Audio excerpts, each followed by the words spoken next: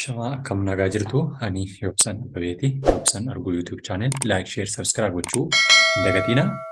Egaa akkuma yeroo darbee barnoota afaan Oromoo haadhaa kaasnee hanga isaatti ilaalaa turree fi jechoota laafoo jabaatoo fi akkasuma dheeraaf gabaabaa jennee kan ilaalaa turre keessatti har'a immoo sagalee jabaataa kan jedhu muraasaanii kan waliin ilaallu ta'a jechuudha. Haga xumuraatti na wajjin tura.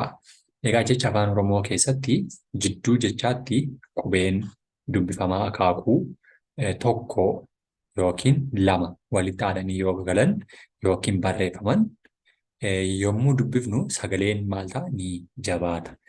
Ni jabaata kan jennu dubbifamaan keenya lamaaf lama gaafa ta'anii yookiin bakka tokkotti lama ta'anii walitti aananii gaafa isaan galan akaakuu tokko yookiin wal fakkaataa jechuudha. Kana jechuun yoo sagaleen jabaate yookiin jabaatee dubbifame yookiin dubbatame yommuu barreeffamu qubeen maal ta'a jechuudha. Dubbifamaan akaakuu tokko lama ta'e walitti aananii barreeffameera jechuudha.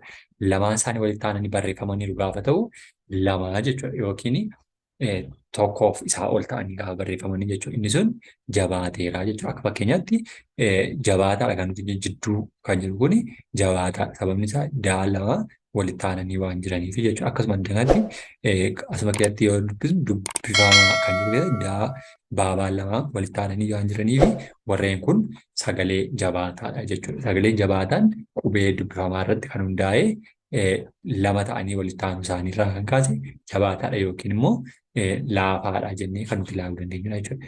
Egaa fakkeenya yeroo ilaallu fakkeenyaadhaa fi warreen jabaataa jedhaman yookiin immoo sagalee jabaataa kan qabanii afaan Oromoo keessatti hedduu jiru. Garuu akka fakkeenyaatti jechuudha muraasa isaanii gaafa waliin ilaallu inni tokko fa'aa kan irratti jiru yookiin fakkeenyi tokko fakkeenya damma kan jedhu jechuudha. Damma kan jedhu maan keenya kun qubee diimaadhaan kan barraa'ee jiru maal lama ta'e ol ta'anii jiru dammasa jedhudha jechuudha. Hiikni isaa damma kan jedhu afaan Oromoodha. Honii jechuudha. Honii yookiin honii inni jedhama Ingiliffaatiin jechuudha.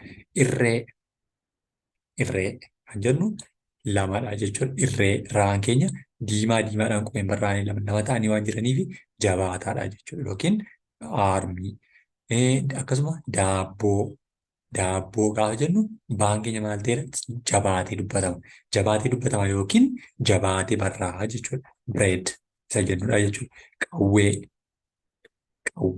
gaafa jennu ereegee wee kan jedhu dabliidha jechuudha yookiin hin jabaata jechuudha. Qawwee gaan isa jennu jechuudha. Kanaaf warreen kun warreen sagalee jabaataa qaban jechuudha. Harree yookiin dankii. Harree lukkuu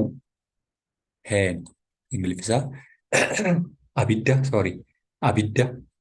faayiriidha jechuudha. Kan kana fakkaatan yoo jenne daan kun warreen jabaatanii jiranidha jechuudha. Sagalee jabaataa jechuun akka fakkeenya gubbaatti ilaalle keessatti damma inni jedhu kunuuti. Damma, irree, daabboo. Warreen kun egaa eessatti kan isaan jabaatanii jiranii?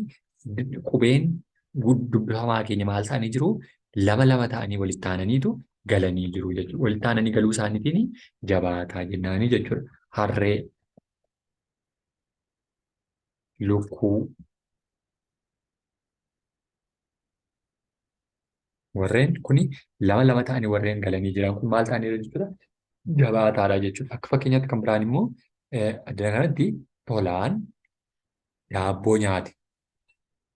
Tolaan maal nyaate? Daabboo nyaate. Daabboo kan jedhu jabaatee dubbifamaa jechuudha. Tolaan daabboo ennaa jechuudha. Daabboo inni jedhu kun jabaatee dubbifamaa jechuudha. Amma isa lammaffaa keessatti immoo harreen marga dheeddi. Inni jedhu immoo tokkoffaa harreen kan jedhu adda kanatti jabaatee jira. Adda kanatti daan keenya lama ta'ee jira jechuudha. Dheedii yoo ta'u daa tokko dheeddi. Harreen marga dheeddi.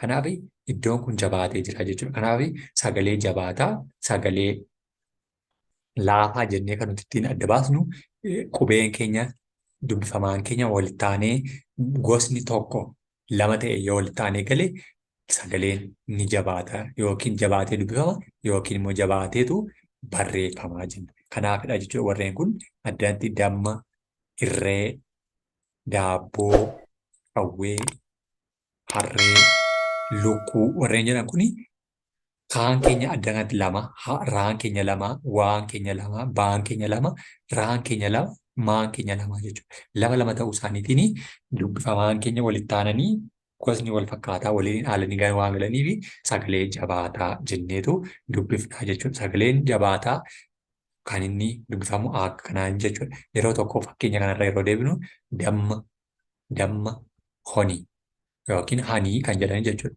Irree, aarma, daabboo, bireed, qawwee, gaan, harree, doonkii, lukkuu, heen, abidda, faayir isa jedhudha jechuudha. Warreen kun sagalee jabaataa warreen qabanidha jechuudha. Warreen kana qofa osoo hin taane kanneen biroon hedduu isaaniitu jiru jechuudha. Warreen kun warreen fakkeenya fudhannedha jechuudha. Yoo isinitti tolee yoo ibsan argu YouTube channel like, share, subscribe gochuu hin dagatinaa.